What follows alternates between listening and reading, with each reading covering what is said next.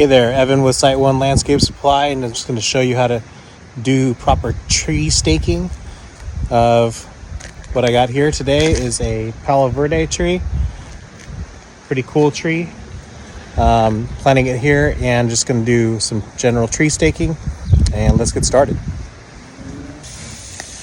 So the first thing you want to determine is where your prevailing winds or your regular winds are coming from.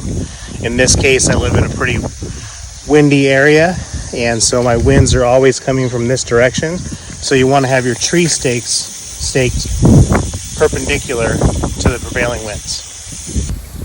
So now we have our tree staked. Notice that there's a couple of details here. So the tree ties are twisted here.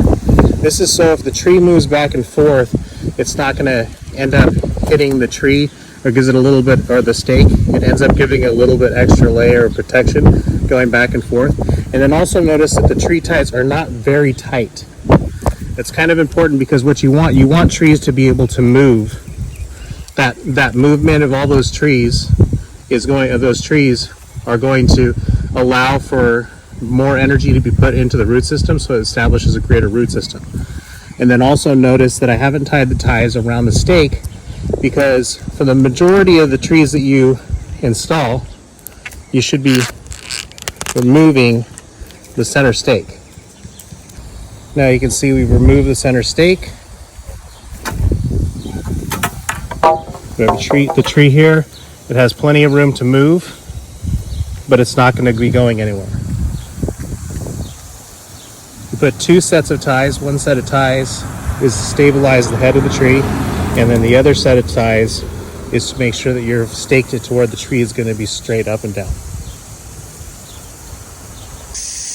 Now there are other circumstances where you would want to leave the center stake.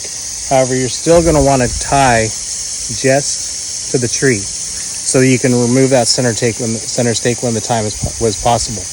Now, the reason you would leave a center stake is if this was a much smaller tree. So if the tree diameter is very, very small, you may want to leave that center stake for a few months and then take it out, but you want it to be easy to remove that center stake. So you're going to tie your ties to the tree and not to that little center stake.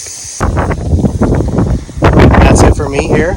Evan with Site One Landscape Supply, and representing CLCA for your quick tips and tricks of the trade. And follow, like, and subscribe for more tips.